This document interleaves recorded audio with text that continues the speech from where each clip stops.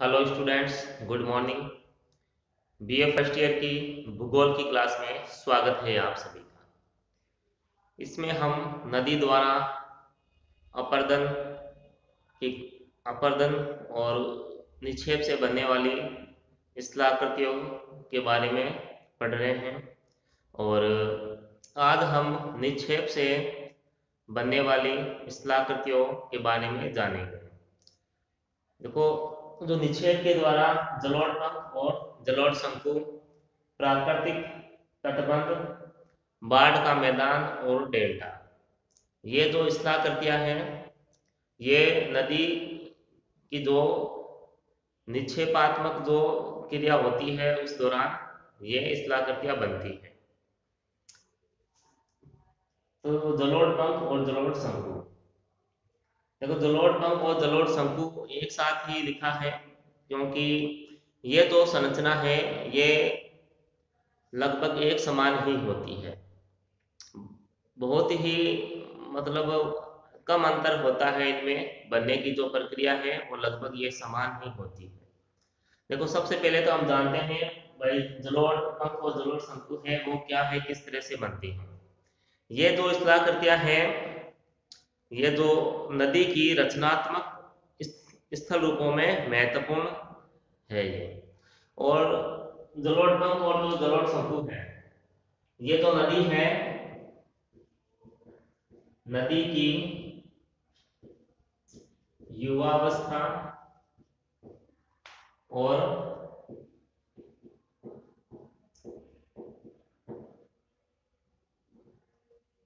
प्रौढ़ावस्था इसको दर्शाती है। यानी जब नदी की युवा अवस्था समाप्त होती है, ठीक है, और जो प्रौढ़ावस्था है ये शुरू होती है, तब ये जलोढ़ शंकु है।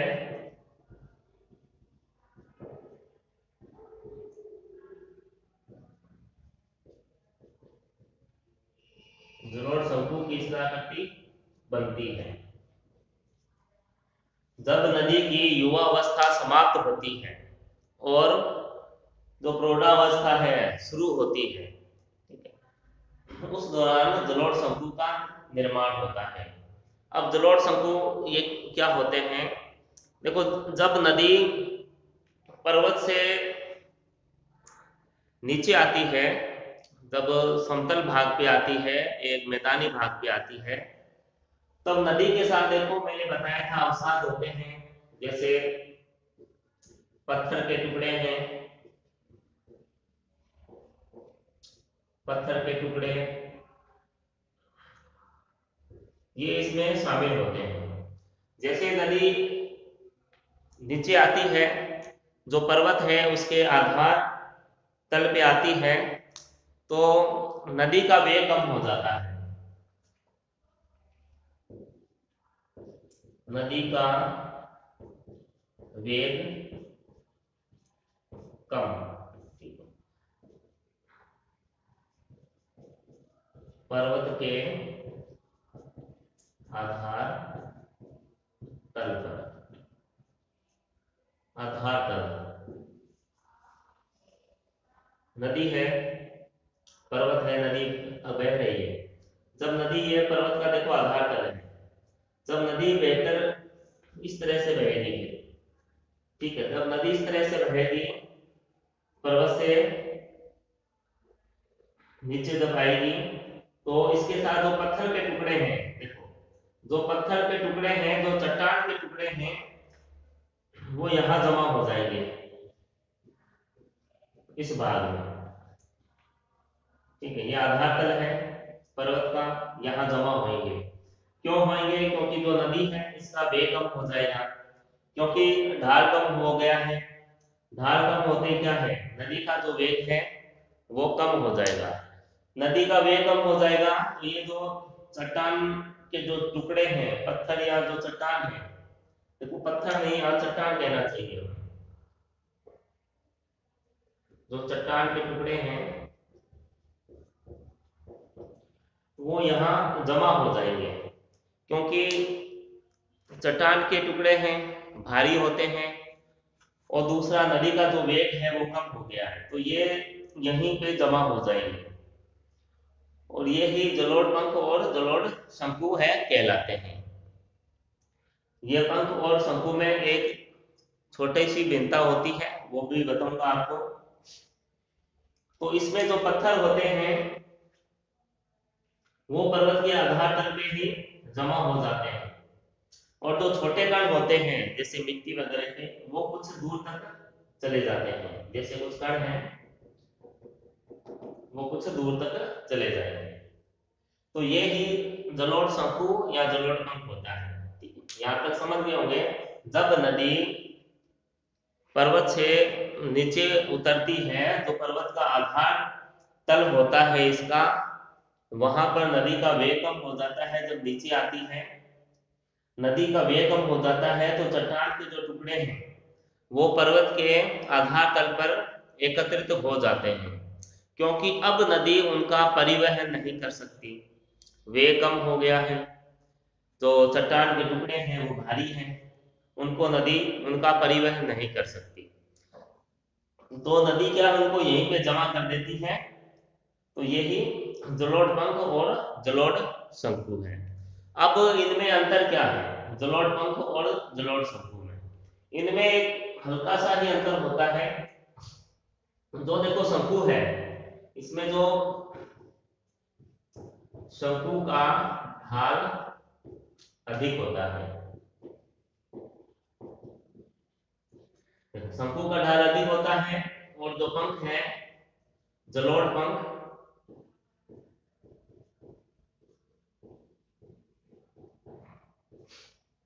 इसका जो ढाल है ये कम होता है। ठीक है, जलोढ़ शंकु है इसका ढाल अधिक होगा, और जो जलोढ़ पंख है उसका ढाल कम होगा। तो इसमें फिर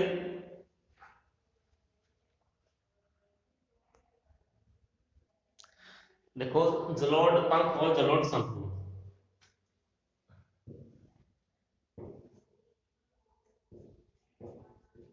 जलोढ़ शंकु और ये जलोढ़ पंख। अब इसमें अंतर के द्वारा इसको हम समझ लेते हैं। देखो अगर जलोढ़ शंकु वहां निर्मित होगा, देखो जहां पर ढाल अधिक अधिक हो, एक तो ढाल अधिक होना चाहिए, और जल की मात्रा कम, अवसाद की मात्रा अधिक। ठीक है, जहां पर ढाल अधिक होना चाहिए और जो जल है यानी जो नदी में जो जल है उसकी मात्रा कम होनी चाहिए, मगर अवसाद की मात्रा अधिक होनी चाहिए इसमें। ठीक है, अब ये देखो ये ढाल है,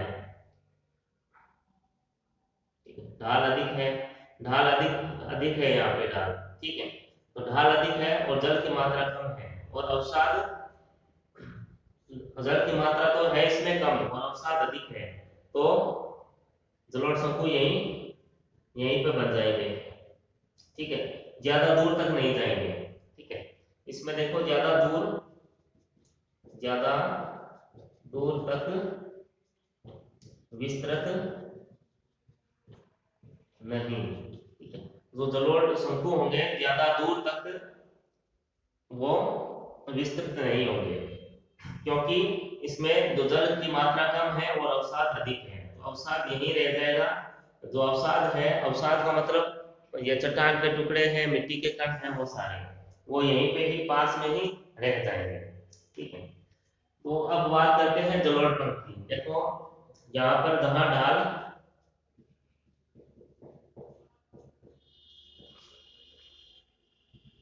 कम हो,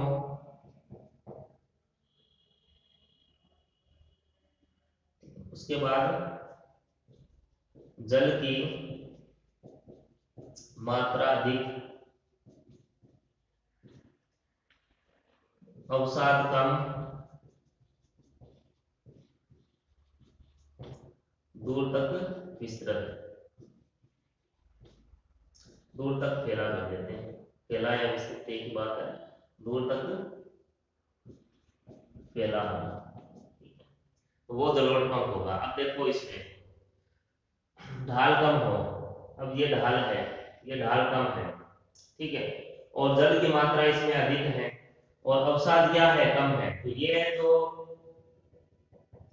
जलोढ़ पंख होगा ये अधिक दूर तक, ठीक है, मान लो अधिक दूर तक जाएगा। अधिक दूर तक क्यों जाएगा, क्योंकि इसमें जो जल है, जल की मात्रा इसमें अधिक है और अवसाद कम है, तो जो जल है तो अवसाद को अधिक दूर तक ले जाएगा, तो ये दूर तक फैला होगा, दूर तक विस्तृत होगा, तो ये ही इसमें अंतर होता है इनमें, ठीक है, जलोढ़ शंकु और जलोढ़ पंख में यही अंतर होता है। स्क्रीनशॉट ले लो इसका आप। नेक्स्ट बात करते हैं अपने प्राकृतिक तटबंध और बाढ़ मैदान की, इन्हें एक साथ ही हम समझ लेते हैं। देखो जब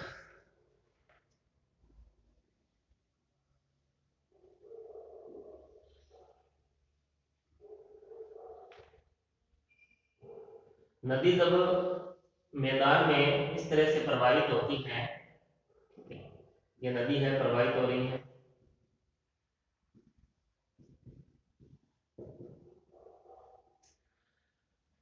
जब देखो प्राकृतिक तटबंध और बाढ़ का मैदान ये एक साथ ही समझ लेते हैं। जब नदी में बाढ़ आती है तो नदी में का जो जल है उसका आयतन बढ़ जाता है, जल अधिक हो जाता है और तीव्र गति से चलता है।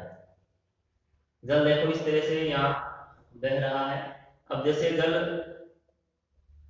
यहाँ से बहेगा तो यहाँ टक्कर मारेगा, तो यहाँ से जो जल है यह बाहर की ओर फैल जाएगा, ठीक है, फिर यहाँ से टकराने के बाद जल यहाँ टकराएगा, तो जल क्या है ये बाहर की ओर फैल जाता है। जब नदी में बाढ़ आती है उस दौरान ये घटना होती है, तो इसे ही बाढ़ का मैदान कहते हैं, ठीक है। बाढ़ का मैदान यानी जो नदी है उसका जल बाहर आ गया है, ठीक है, जो नदी है ये इसका जो एक पथ है, एक रास्ता है, उससे बाहर आ गया है, तो यह बाढ़ का मैदान कहलाता है, बाढ़ का मैदान। और यहाँ पे कृषि कार्य भी किया जाता है, क्योंकि बाढ़ का जो मैदान है यहाँ जो मिट्टी होती है वो उपजाऊ मिट्टी होती है, क्योंकि नदी के द्वारा प्रतिवर्ष यहाँ नई मिट्टी लाई जाती है, तो ये बाढ़ का मैदान कहलाता है। जब नदी में जल का आयतन बढ़ता है तो पानी है नदी के जो नदी का जो रास्ता है उसे से बाहर आ जाता है, तो बाढ़ के मैदान जब फैल जाता है तो यहाँ तटबंध बन जाता है, ठीक है, निक्षेप होने लगता है, ये निक्षेप ही है, जैसे मिट्टी यहाँ आ गई तो धीरे धीरे यहाँ एक निक्षेप होने लगता है, ठीक है, दोनों ही तरफ जिस तरफ नदी बहती है वो तटबंध बन जाते हैं, ठीक है, तो इन्हें ही प्राकृतिक तटबंध कहते हैं, प्राकृतिक तटबंध, तो ये ही प्राकृतिक तटबंध है कहलाते हैं, ठीक है, बाढ़ का मैदान और प्राकृतिक तटबंध। लेकिन ये सभी नदियों में नहीं बनते हैं, प्राकृतिक तटबंध है सभी नदियों में नहीं बन पाते हैं, कुछ एक नदियां हैं वहीं ये बनते हैं, और जहां बनते हैं एक विचित्र आकृति दिखाई देती है। और जैसे बुक में उदाहरण दिया है अपने चीन की नदी का, ठीक है, चीन की हांगहो नदी है, ठीक है, इसे चीन का शोक कहते हैं, वांगहो नदी है इसे चीन का शोक कहते हैं। अब शोक इसलिए कहते हैं क्योंकि वांगहो जो नदी है, देखो यहाँ चीन में एक लोइस का मैदान है, जो लाल मिट्टी होती है, तो ये नदी उसे प्रभावित करती है और तटबंध बनाती है। जब ये तटबंध टूट जाते हैं तो बाढ़ आ जाती है। ठीक है, जो रिहायशी इलाके होते हैं वहां पे बाढ़ आ जाती है और जन और धन की हानि होती है। इसलिए जो हुआंगहो नदी है इसे चीन का शो कहते हैं, क्योंकि हुआंगहो नदी है प्राकृतिक तटबंध बनाती है, मगर बाढ़ के दौरान, जैसे बाढ़ का पानी अगर अधिक आ गया है तो ये प्राकृतिक तटबंध है, ये टूट जाएंगे। ठीक है, और पानी बाहर आ जाएगा, जहाँ जो रिहायशी इलाके हैं, जहाँ मानव जनसंख्या रहती है, वहां बाढ़ का पानी आ जाएगा और जन धन की हानि होगी। ठीक है, तो ये बाढ़ का मैदान और तटबंध हो गया है। उसके बाद नेक्स्ट करते हैं हम डेल्टा।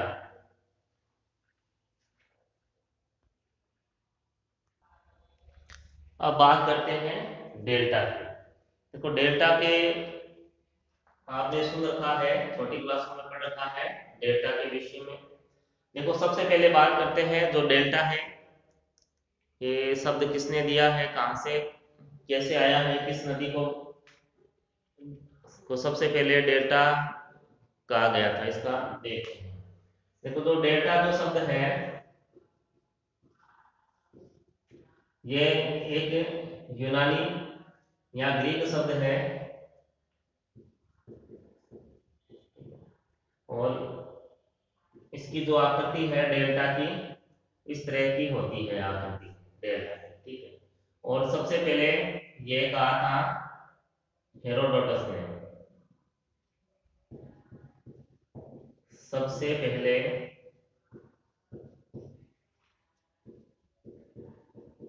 हेरोडोटस ने नील नदी के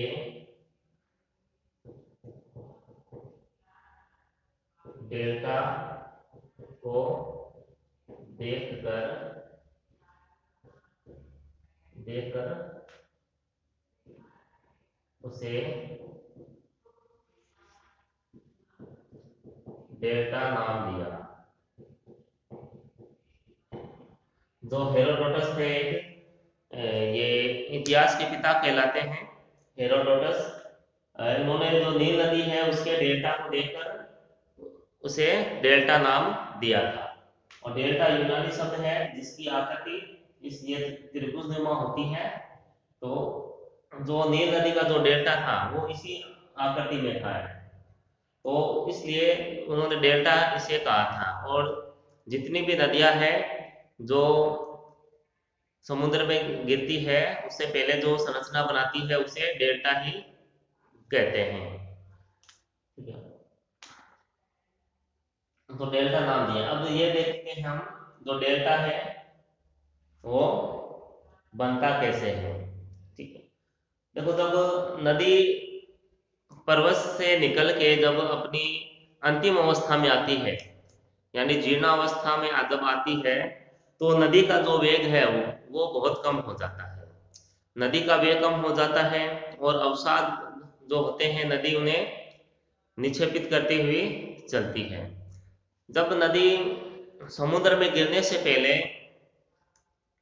एक संरचना का निर्माण करती है, जो अपने अवसाद है इनका निक्षेपण करती है, उसे ही डेल्टा कहते हैं। और जो डेल्टा है देखो उसमें जो डेल्टा की जो संरचना होती है वो व्यवस्थित होती है। डेल्टा की संरचना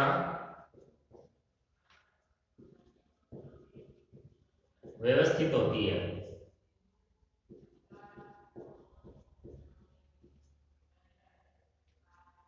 व्यवस्थित होती है। जो कण बड़े कण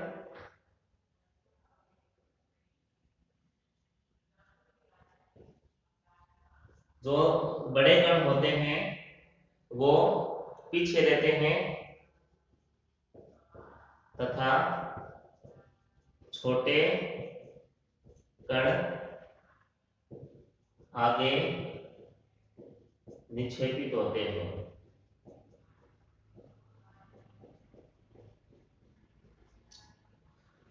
जो बड़े कण होते हैं तो वो तो पीछे रहेंगे, और जो छोटे कण हैं वो आगे आगे तक वो जो नदी का जल होता है उसके साथ चले जाते हैं, क्योंकि बड़े कण होते हैं वो भारी होते हैं, वजन अधिक होता है, तो वो पीछे रह जाते हैं, और जो हल्के कण होते हैं वो नदी के साथ आगे समुद्र में चले जाते हैं।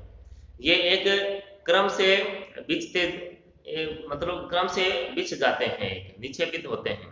बड़े कण सबसे पहले निक्षेपित होते हैं, उसके बाद में उससे छोटे, फिर उससे छोटे, और कई कण होते हैं जो बहुत ही बारीक और हल्के होते हैं, वो समुद्र में तैरते भी रहते हैं। इस तरह से जो डेल्टा है इसके कण है उन वो व्यवस्थित रूप से एक निक्षेपित होते हैं। उसके देखो, डेल्टा का जो आकृति है वो तभी बनेगी जब नदी का एक तो वेग कम हो जाएगा, और दूसरा जो नदी है अपने अवसाद है वो वहां जमा कर देगी, वहां निक्षेपित कर देती है अपने मुहाने पर। और जो डेल्टा होते हैं वो अलग अलग आकार के होते हैं, जैसे चापाकार, पंजाकार, ठीक है, और भी देखो कई आकृतियां हैं, अलग अलग डेल्टा होते हैं। जैसे गंगा नदी है, उसका जो डेल्टा है वो चापाकार है, और इसके बाद जो नील नदी है उसका डेल्टा भी चापाकार है। पंजाकार जो डेल्टा है वो मिसिसिपी नदी का है, मिसिसिपी नदी, यूएसए, अमेरिका की मिसिसिपी नदी है, उसका जो डेल्टा है वो पंजाकार है। कई तरह के डेल्टा होते हैं, ठीक है, अलग अलग उनका विभाजन कर रखा है। उसके बाद देखो विश्व का सबसे बड़ा जो डेल्टा है वो भारत में ही स्थित है। विश्व का सबसे बड़ा डेल्टा वो भारत में है, गंगा और ब्रह्मपुत्र नदी, गंगा और ब्रह्मपुत्र नदी, गंगा और ब्रह्मपुत्र की नदी है वो डेल्टा बनाते हैं। देखो जिसे सुंदरवन का डेल्टा कहते हैं, सुंदरवन का डेल्टा, विश्व का सबसे बड़ा ये डेल्टा है, सुंदरवन का डेल्टा है, जो कि पश्चिम बंगाल में स्थित है, और गंगा और ब्रह्मपुत्र नदियों के द्वारा यह बनाया जाता है विश्व का सबसे बड़ा डेल्टा। और यहीं पे ही सबसे बड़ा नदी द्वीप है, देखो यहीं पे विश्व का सबसे बड़ा नदी द्वीप, ठीक है, यही स्थित है, उसका नाम है माजुली द्वीप, वो भी यहीं पे स्थित है, ठीक है।